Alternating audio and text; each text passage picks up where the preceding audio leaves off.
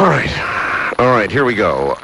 Let me first read this. It comes from Science and Technology, the BBC News, British Broadcasting Corporation. Some greeted it as a breakthrough.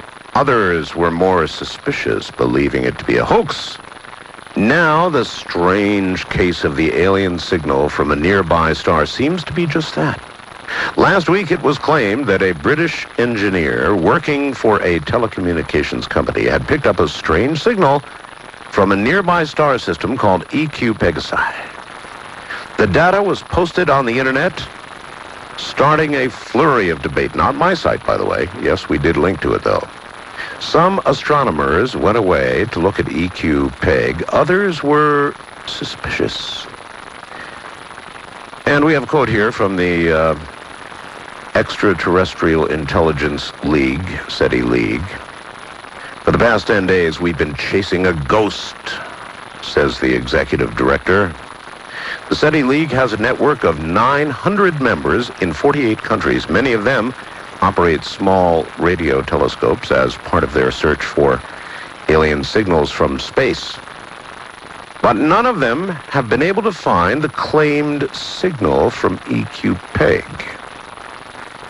He goes on to say, real science has been jeopardized. It is no longer just a hoax.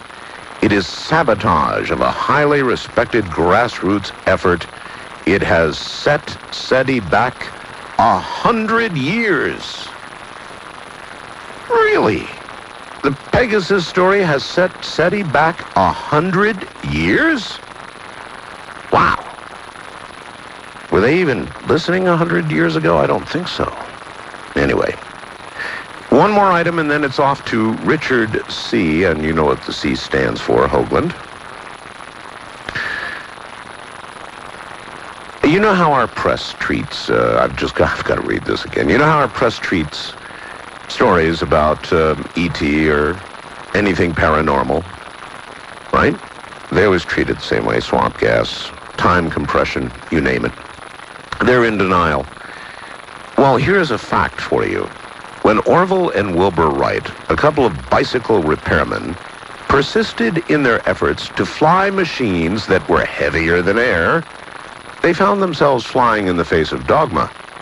Their first successful flights at Kitty Hawk took place in December of 1903, but in January of 1906, the well-respected Scientific American published an editorial entitled, quote, "The Wright Aeroplane and Its Fabled Performance," unquote, end quote.